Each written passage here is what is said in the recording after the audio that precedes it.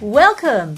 You're listening to the Peace and Passion podcast, the place for conscious couples and individuals who want to explore aspects of their relationships as a self-growth evolution.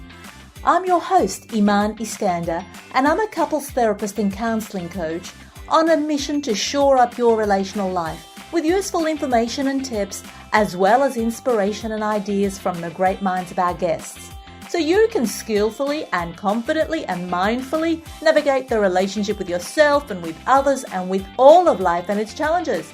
On with the show. Welcome back. It's good to have you here. I want to talk to you today about an important topic that's all about siding with the enemy. Now, you may be thinking, we don't have any enemies, we only have friends.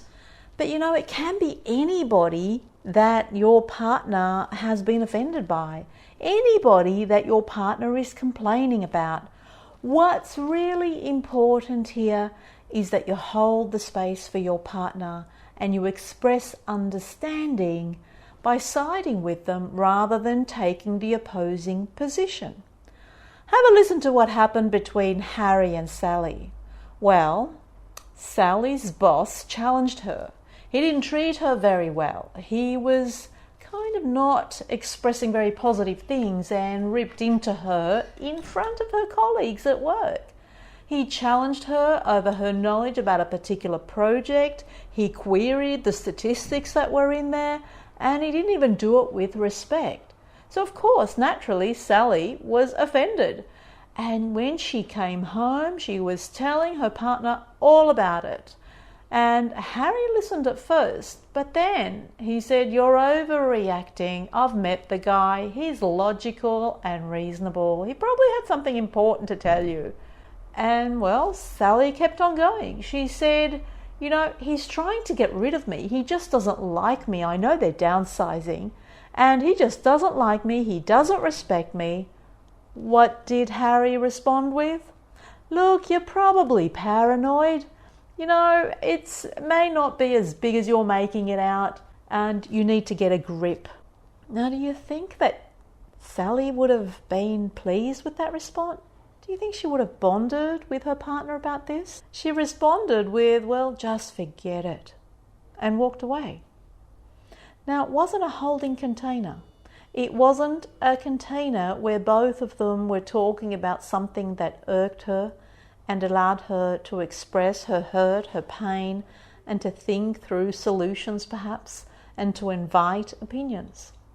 You see, human bonding in relationships occurs when we're on the same side. I'm not saying you have to agree with everything. That's not possible. It's two human beings in a relationship with two different brains. So it's really not about agreeing, but it is about validating. And the main rule here is don't side with the enemy. Can I say it again just to make sure you heard it? Don't side with the enemy. If your partner is talking about somebody that's caused pain or hurt or misunderstanding, your job is to side with your partner by validating their experience. You don't have to agree, but you have to give them the feeling that you're with them. And that means that you validate their reality. You validate their emotions. And that makes it that you have a common enemy. You're now on the one side. It's the two of you against the enemy. And that's a beautiful feeling in relationships when you feel your partner has your back. They're with you. They're not on the other side. So please validate your partner's feelings when they complain to you. Don't side with the enemy. Uniting against a threat keeps you bonded. And that happens even in the military or in any other groups. We unite in a group with a common goal against a particular threat, and that makes the group bonding stronger. It creates unity, and mentally you feel together. So don't just step into the conversation by making them wrong, by telling them what they're feeling is wrong, what their experience is wrong, telling them they've overreacted, that you know better because the person's logical and reasonable, that's really not going to be the most useful thing. Oh, and before I forget, don't problem solve. That's also not the most useful thing unless you've been invited. Don't provide your unsolicited solutions. Look, it's natural to want to fix problems or make your partner feel better when they're expressing their pain, but often your partner just wants your ear to listen and maybe even a shoulder to cry on. Unless your partner has asked you for your advice to fix the problem, to help them find a solution, you're not invited in. So don't go there. It is a tendency we have because when we see somebody in pain, of course we want to problem solve, and Harry was really good at that. He was always problem solving, and actually it didn't really work in their relationship because Sally felt unacknowledged, unreceived.